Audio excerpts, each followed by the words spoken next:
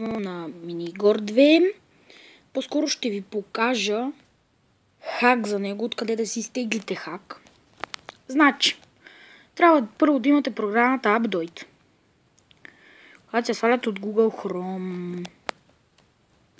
Аз няма да показвам как са се тегли, защото много време ще отнеме. И сега, само да се пусне. Така, след като имате вече програмата Updoit, пишете в Google Chrome, пишете Minigore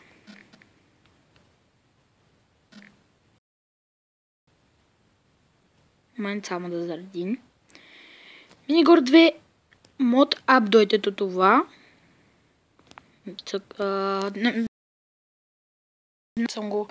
Трябва да си го напишете просто Minigore 2 mod Updoit. Само това.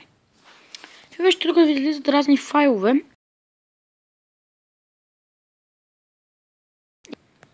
Така, сега първото.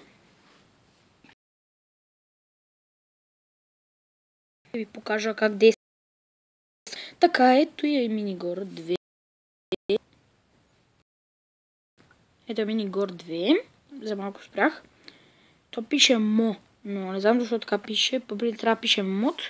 Ето ви тук разни картинки и такива работи. Така. И нали да искате инсталиране. Така. След като вече сте си инсталирали играта. Момент само. Вече като сте си инсталирали играта, няма да ви много време да ви се тегли. Така, момент. Трябва да... След това е много лесно. Само трябва да ви се изтегли. След това я цъкате Minigore 2.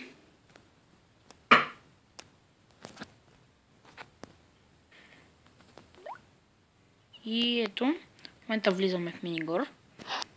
И виждате, тук ще ви спише Hacked by NFC. Момент нямаме чуват от него. И ето. Виждате, аз съм 99 ранг. Ето хора, виждате, аз съм 99 ранг. И това ще пусна да ви покажа. Ето я.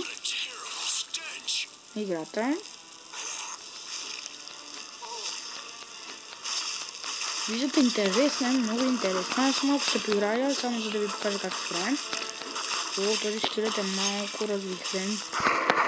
И по принцип в обикновената Minigore имате примерно по 100 парички, а тук ви направи падат злато. И за това.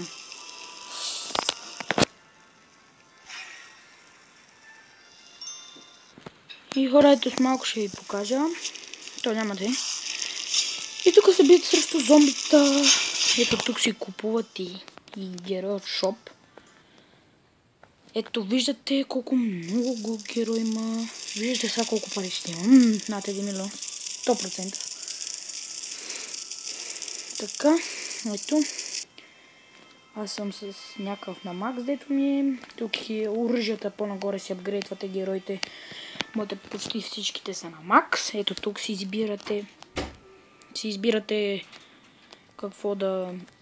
Си избирате нивата и по-нагоре са оръжията. И това ще бъде от мен. Надявам се да съм ви помогнал.